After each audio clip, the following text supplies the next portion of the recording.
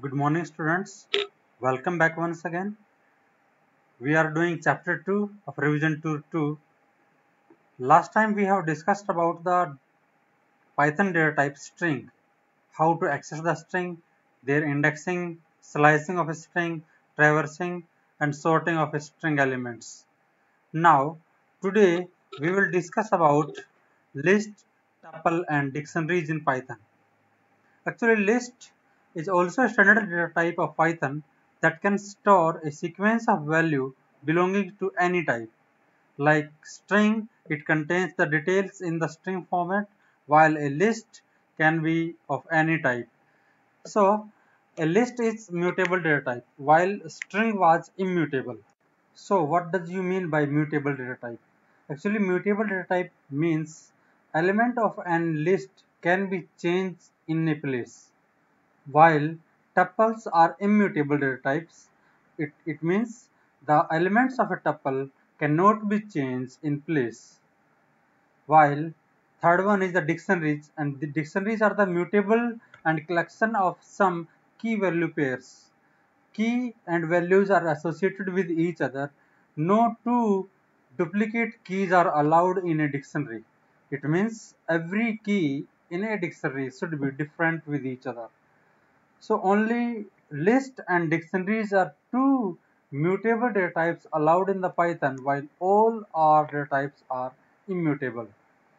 So let's discuss programmatically how we can create a list, how we can access a list element, how we can do the slicing, and what are the actions we can perform on list, tuples, and dictionaries.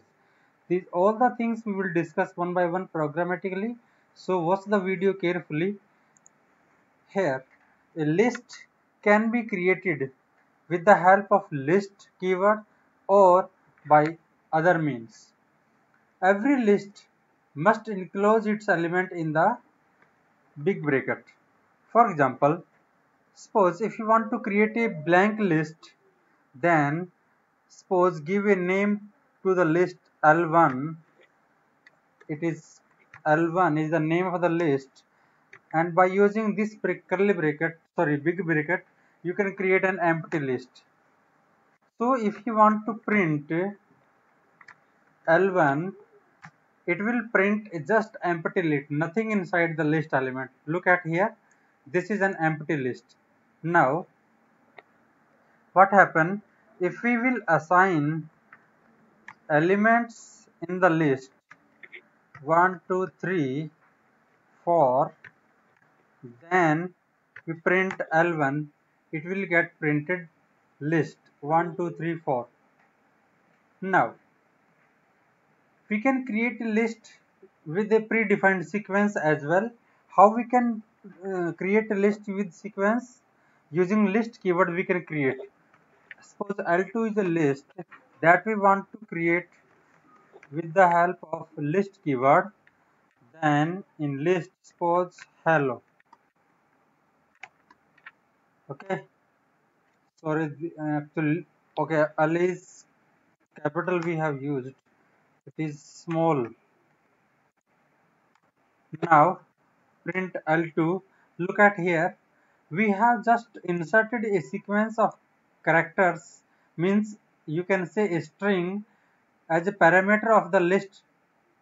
This is the list, and this bracket will indicate that list is a function defined in the Python that will accept a string argument and convert each and every character or letter as an individual element of a list. Look at here, HELLO having 5 alphabets, so list 5 will get created automatically with these 5 elements individually.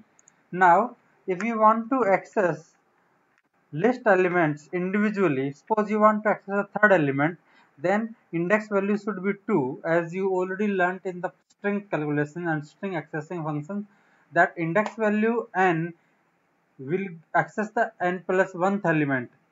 So here index value is 2, so it will access the element number 3. So let's happen what so L is displayed as a result.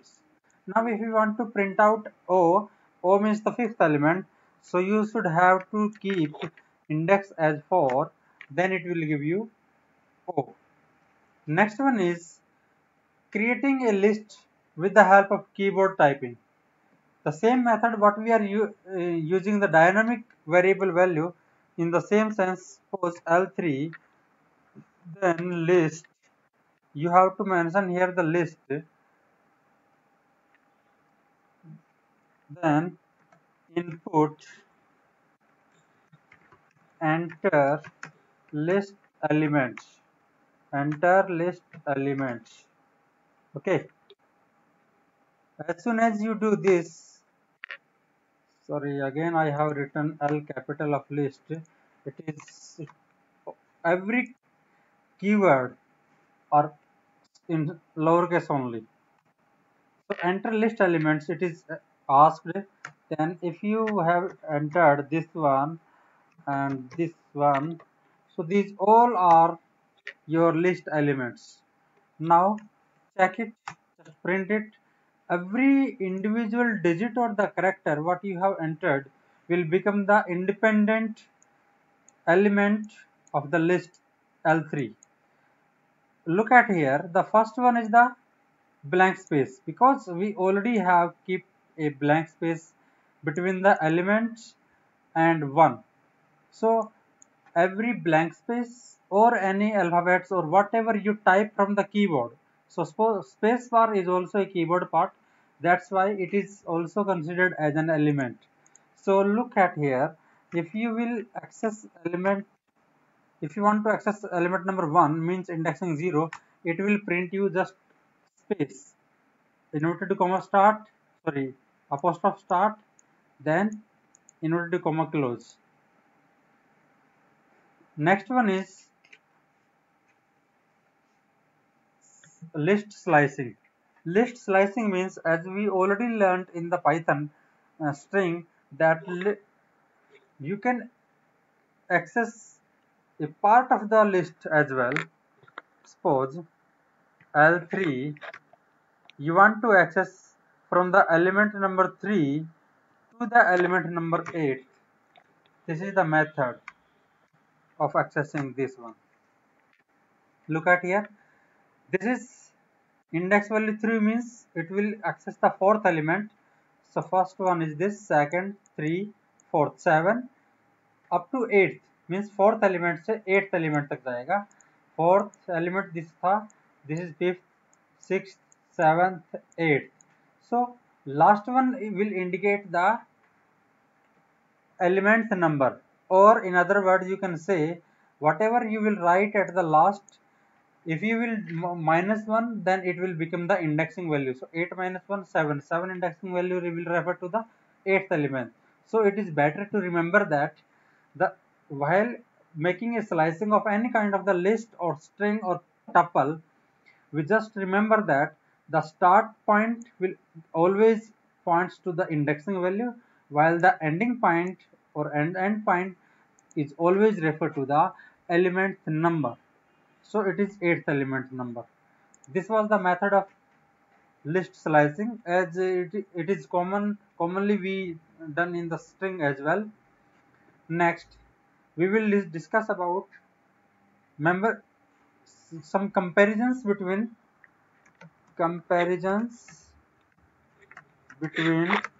string and list.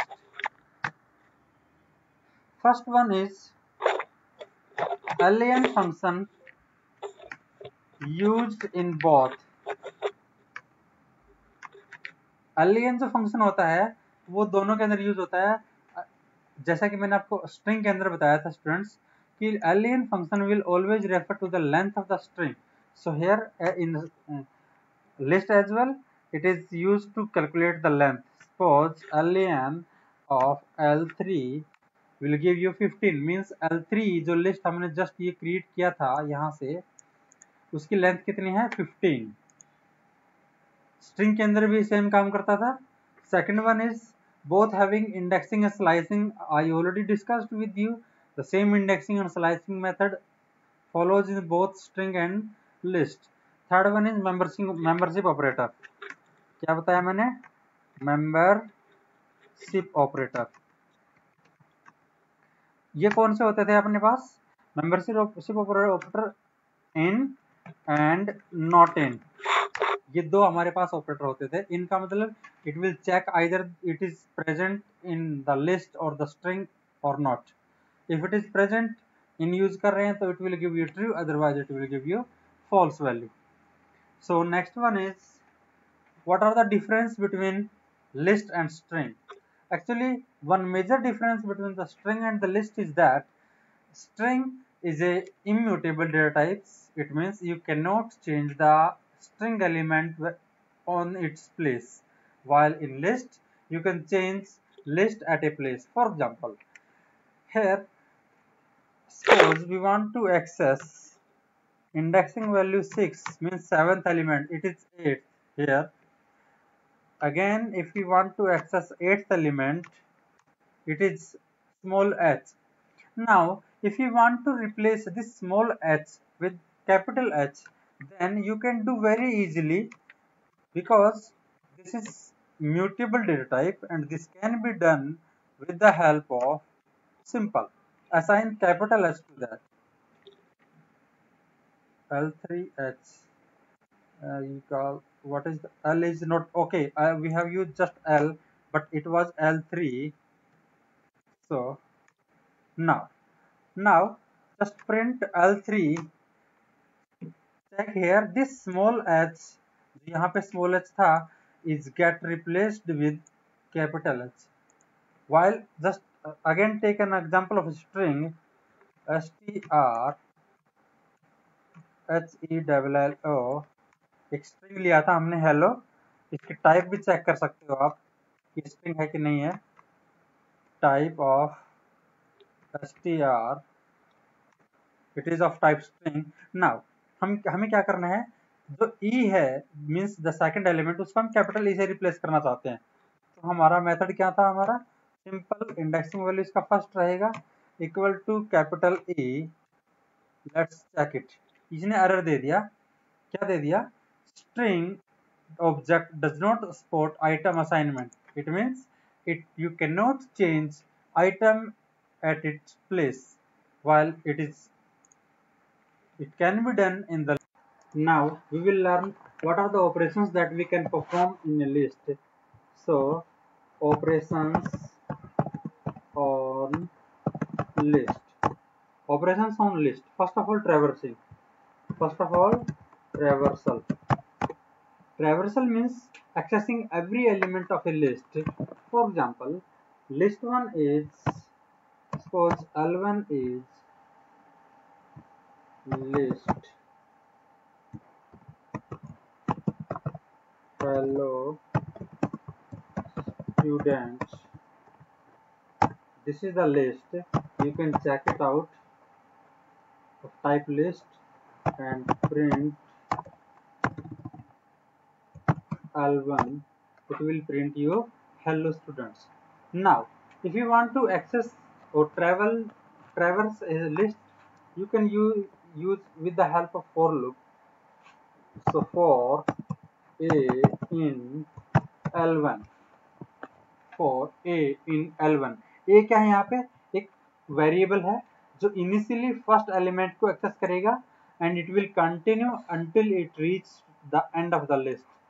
सो और इसके बाद क्या कर, sorry हमने क्या किया, semicolon नहीं लगाया, इसने एरर दे दिया। Now we will use semicolon, then we want to print A. हमें ये चेक करना है कि ए एक्चुअली क्या लिस्ट के एलिमेंट्स को एक्सेस कर पा रहा है कि नहीं कर पा रहा है, क्योंकि ए से ही एक्सेस करेंगे तो ही पता लगेगा ना हमें कि ये एक्सेस कर पा रहा है कि नहीं कर पा रहा है। हमने इसको रन किया, इसने एरर दे दिया print, sorry P was capital, ये बाय मिस्टेक हो जाता है, P is small hair.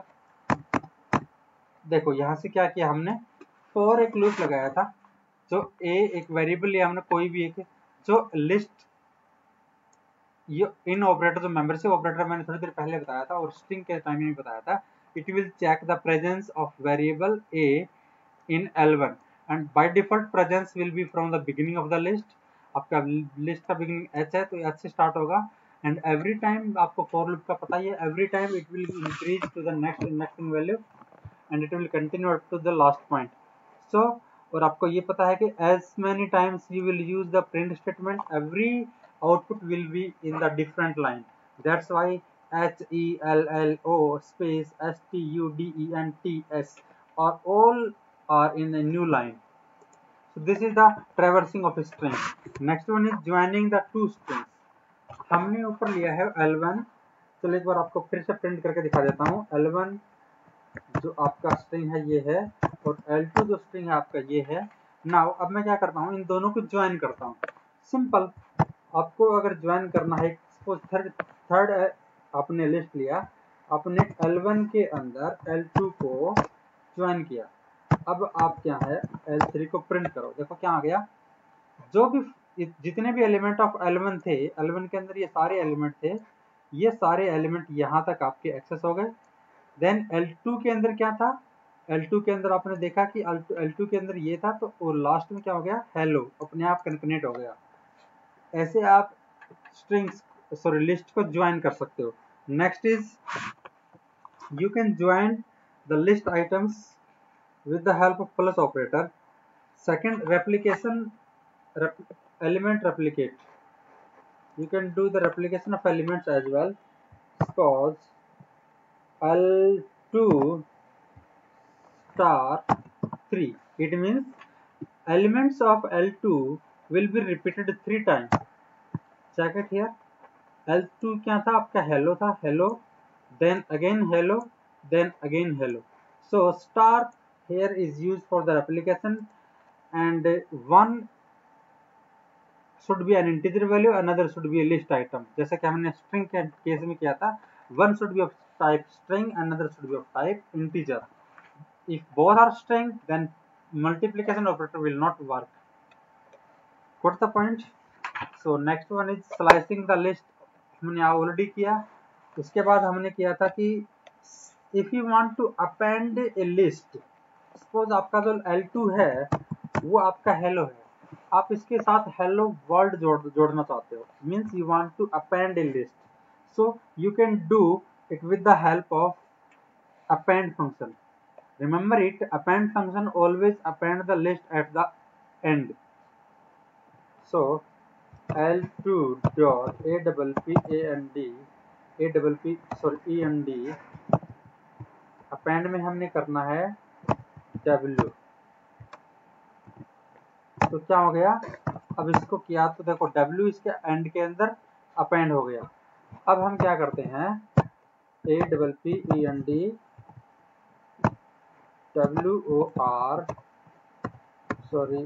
WORLD world, हमने ये अपेंड किया और L2 को एक्सेस किया. अब ध्यान से देखो, हमने क्या किया था, सिंगल इनवर्टेड कॉमा के साथ ORLD को अपेंड किया. इट मीन्स आपको पता है सिंगल इनवर्टेड कॉमा वो सिंगल कैरेक्टर को एक्सेस करवाता है, जबकि आप कहोगे कि ORLD there are 4 characters. If you will use a string operator like double inverted comma or triple quotes, then it can be append a string, no doubt. append hello world की जगह हम लिख देते हैं, अब append कर देते हैं India, INDIA. okay, now print L2. so whatever you will, okay, इसका मतलब ये हुआ कि append function will always append at the end of the list, and whatever you want to append, that will be considered as a single independent item of the list. So if you want to add a list after another list, वो हमने already बता दिया आपको कि plus operator की help से आप इसको एक्सेस करवा सकते हो, इसको अपेंड करवा सकते हो. Now how we can delete a list item. A list item can be deleted with the help of delete keyword. किसकी हेल्प से कर सकते हैं, del del कीवर्ड की हेल्प से हम उसको डिलीट कर सकते हैं, किसी भी एक पर्टिकुलर आइटम को या एक स्लाइस मींस ए सब part of the list. For example हमारे पास जो लिस्ट है L2, उसके अंदर आपके एलिमेंट्स हैं, लेंथ में निकाल सकते हैं हम उसकी. L2 की जो लेंथ है वो कितना आ रही है, 8. अब हम क्या करते हैं, इसका जो लास्ट एलिमेंट है इंडिया, उसको हम डिलीट करते हैं. कैसे करेंगे, we will use del keyword then from L3 we want to delete the indexing value 7, which means the last element delete हो गया। अब इसको प्रिंट करके देखते हैं। Got the point? Sorry, ये तो हमने डिलीट कर दिया लिस्ट 3 का। अब हम इसको लिस्ट 2 का आइटम डिलीट करते हैं। लिस्ट 2 का आइटम डिलीट किया, हमने लिस्ट 2 को प्रिंट किया। अब चेक करो यहाँ पे इंडिया नहीं है। अगेन अगर आप इसकी लेंथ में निकालोगे तो भी आपको अब इसकी लेंथ कम मिलेगी, समझे? देखो अब इसकी लेंथ क्या आ गई 7। अब आप एक सब पार्ट ऑफ द लिस्ट आप डिलीट करना चाहते हो, यानी कि इंडेक्सिंग वैल्यू 1 से लेके इंडेक्सिंग वैल्यू 3 तक आप सारे एलिमेंट्स डिलीट करना चाहते हैं। तो कैसे करेंगे? डिलीट L2 इंडेक्सिंग वैल्यू, मैंने बताया एलिमेंट नंबर 2 से element number sorry indexing value 1 से लेके और एलिमेंट नंबर 4 तक आप डिलीट करना चाहते हो, ठीक है? तो आप कैसे करेंगे? ये आपका मेथड है, ये वाला, इसको करेंगे और L2 को प्रिंट करेंगे। तो देखो इंडेक्सिंग वैल्यू फर्स्ट का मतलब सेकंड एलिमेंट, फिर 3 और 4, ये वाले तीनों एलिमेंट आपके डिलीट हो गए। सिर्फ क्या लेफ्ट है आपका HOWORD। ओके, अब हम क्या करते हैं, हमने डिलीट भी सीख लिया। आप एक पर्टिकुलर सब लिस्ट को भी डिलीट कर सकते हो और आप एक पर्टिकुलर इंडेक्सिंग वैल्यू के थ्रू भी आप एक एलिमेंट को डिलीट कर सकते हो। अब हम करेंगे how to make a duplicate copy of a list. Suppose आपकी जो L1 है, आपकी हेलो स्टूडेंट्स एक L1 लिस्ट है, आपको सेम एक लिस्ट बनानी है जिसके अंदर यही एलिमेंट हो, means a true copy of L1। There are 2 methods हम वेरिएबल के अंदर करते थे। सपोज एक वेरिएबल होता था उसकी वैल्यू 12 होता था, बी अनदर वेरिएबल होता था उसके अंदर ए की वैल्यू असाइन कर दिया तो बी भी आपका सेम वैल्यू को एक्सेस करता था। तो एक तरीका ये भी है कि अगर हम सपोज यहाँ पे ले लेते हैं L4, वो L1 को हमने L4 के अंदर कॉपी कर दिया और L4 को जब प्रिंट करेंगे तो हेलो स्टूडेंट्स हो गया। तो लेकिन हमारा कॉपी तो हो गया list, but it is not a true copy. So what do you mean by true copy? True copy means a separate copy will create and both the operations on list L1 and L4 can be do independently. But here this is not a true copy. It means whatever operation you will do on L1, all the operations will get reflect back on the L4 or vice versa. So let's take an example. Look at here. I have printed L4. L4 के अंदर ये result आया। Again I for your confirmation L1 को print किया तो same result आया। अब मैं क्या करता हूँ, I just change the indexing value first element of list 1 with small h. Got the point? समझ में आ रहा है? मैंने क्या किया, L1 list, remember it, I have just changed the first capital H with the small h and I have got print. Now what happen if I ask to print F4? देखो यहाँ पे भी क्या हो गया, L4 के अंदर मैंने प्रिंट किया तो L4 ने भी स्मॉल h को एक्सेस किया। लेकिन मैंने क्या था, चेंज सिर्फ L1 के अंदर किया। इट मीन्स इसका मतलब सीधे सीधा स्टूडेंट्स ये है, आप इसको ध्यान से समझने की कोशिश करना कि L1 and L4 both are referring to the same memory location. Whatever you will do changes in L1 will reflect back to the L4 again. It means L1 और L4 एक ही लोकेशन को पॉइंट आउट कर रहे हैं, ये अलग अलग memory location को पॉइंट आउट नहीं कर रहे हैं। अगर ये अलग अलग लोकेशन को पॉइंट करते हैं तो क्या है, L1 के अंदर जो चेंजेस होते हैं वो L4 के अंदर रिफ्लेक्ट नहीं होते। तो अब क्वेश्चन ये उठता है कि how we can create a true copy. True copy means whatever we do changes in L1 will not reflect back to the L4। उसके लिए हमारा तरीका क्या है, सिंपली एक लिस्ट लेंगे, सपोज L4, यहाँ पे एक लिस्ट ले लेंगे L5 और उसके अंदर लिस्ट फंक्शन की हेल्प से L1 को कॉपी करा देंगे। अब यहाँ देखो L1 को प्रिंट किया तो ये आ रहा है, L5 को प्रिंट किया तो भी आ रहा है, लेकिन फर्क कहाँ हो गया, if you will do some changes in L1, जैसे L1 का इंडेक्सिंग वैल्यू 0 है, अभी वो स्मॉल h था, अभी मैं क्या करता हूँ उसको कैपिटल H बना देता हूँ। तो L1 के अंदर देखो कैपिटल H हो गया, लेकिन मैं इसको L5 को प्रिंट करता हूँ तो यहाँ देखो L5 के अंदर क्या हो गया, स्मॉल h ही है। इट मीन्स अब L1 और L5 जो हैं वो दो इंडिपेंडेंट लिस्ट हैं जिनके एलिमेंट्स ऑलमोस्ट सेम हैं। So this is the method of creating a true copy of the. Now we will discuss about few functions available in the list. If one is the index function is used to just find out the index of a list element, जैसे कि हमने string के अंदर किया था। Suppose L5 हमें s का index value निकालना है जो कैपिटल X है, उसके लिए क्या करते हैं L5 डॉट इंडेक्स, उसके अंदर हम आर्गुमेंट पास करा देते हैं s, तो इंडेक्स का इंडेक्स वैल्यू 6 है। ओके, सेकंड फंक्शन हमने अपेंड ऑलरेडी किया हुआ है। थर्ड है एक्सटेंड फंक्शन।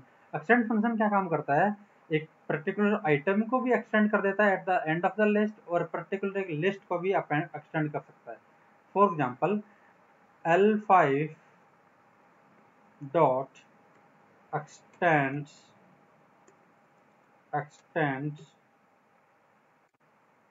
एक्सटेंड में हम करते हैं सपोज इसके साथ L2 को ऐड कर देते हैं।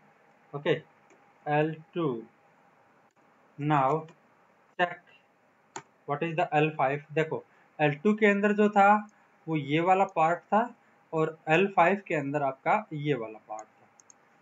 तो एक्सटेंड क्या करता है, आप एक पर्टिकुलर एलिमेंट को भी एक्सटेंड करा सकते हो, आप एक लिस्ट को भी एक्सटेंड करा सकते हो बाय डिफॉल्ट डाल के, या आप इंडिविजुअल एलिमेंट्स को भी, इसमें कोई डाउट नहीं है। उसके बाद आपका है एक insert. If you want to insert an element, if you want to extend it will by default go to the end of the list, but if you want to insert an element in between somewhere in the list, suppose आपकी जो L2 है, आपकी ये list है, आपको H और O के बीच में E डालना है। E means at index value 1 के ऊपर आपको E ऐड करना है। तो उसके लिए क्या करते हैं, इंसर्ट फंक्शन यूज करते हैं, और उस इंसर्ट फंक्शन के अंदर सबसे पहले हम इंडेक्स वैल्यू बताते हैं कि आपको किस इंडेक्स पे चाहिए। मीन्स हमें फर्स्ट इंडेक्स यानी कि सेकंड एलिमेंट चाहिए, और क्या चाहिए हमें, वो हमें चाहिए E, वो भी कैपिटल E। ओके, डाल दिया, L2 को एंटर करो तो देखो सेकंड एलिमेंट आपका क्या आ गया, E। तो insert function is used to insert elements in the list anywhere in the list by you just need to specify the indexing value of the element where you want to insert. Second function we will discuss about, it is pop function. This is a function that is generally used to delete or remove an item. By default it will remove items from the last, while delete function will delete from the beginning. So अगर हम L2 dot pop function implement करते हैं तो by default इसने क्या remove कर दिया, ORLD element is now removed from the L2। Now just print out ORLD is removed. But if you want to remove O, not last element, then you have to specify its index value. कैसे करते हैं, L2 dot pop and index value क्या है आपका, index value O का index value 2 है। Okay, तो अब आपका O रिमूव हो गया और L2 आपका बचा ये वाला।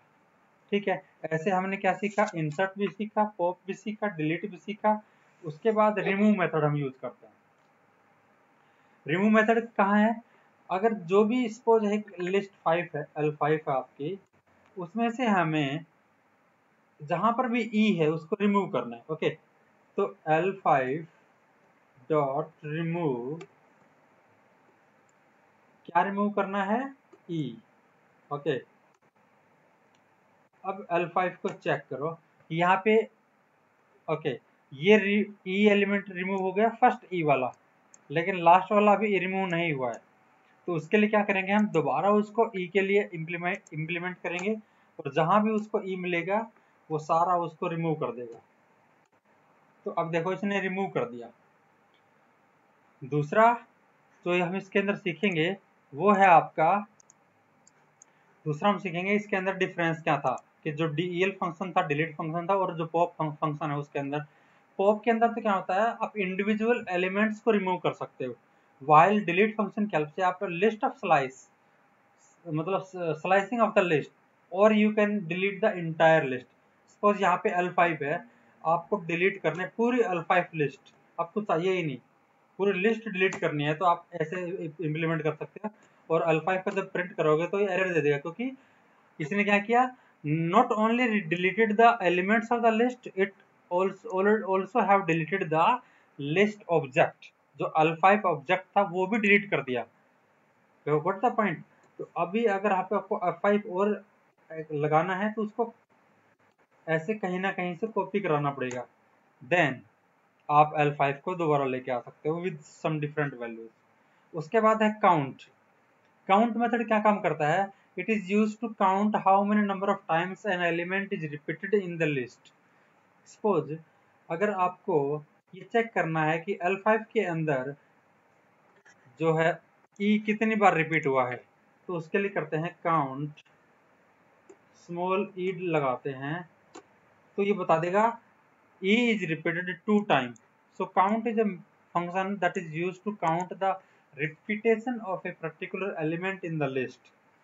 Then we will learn about the clear method. एक clear method होता है CLEAR, clear method और function आप बोल सकते हो इसको।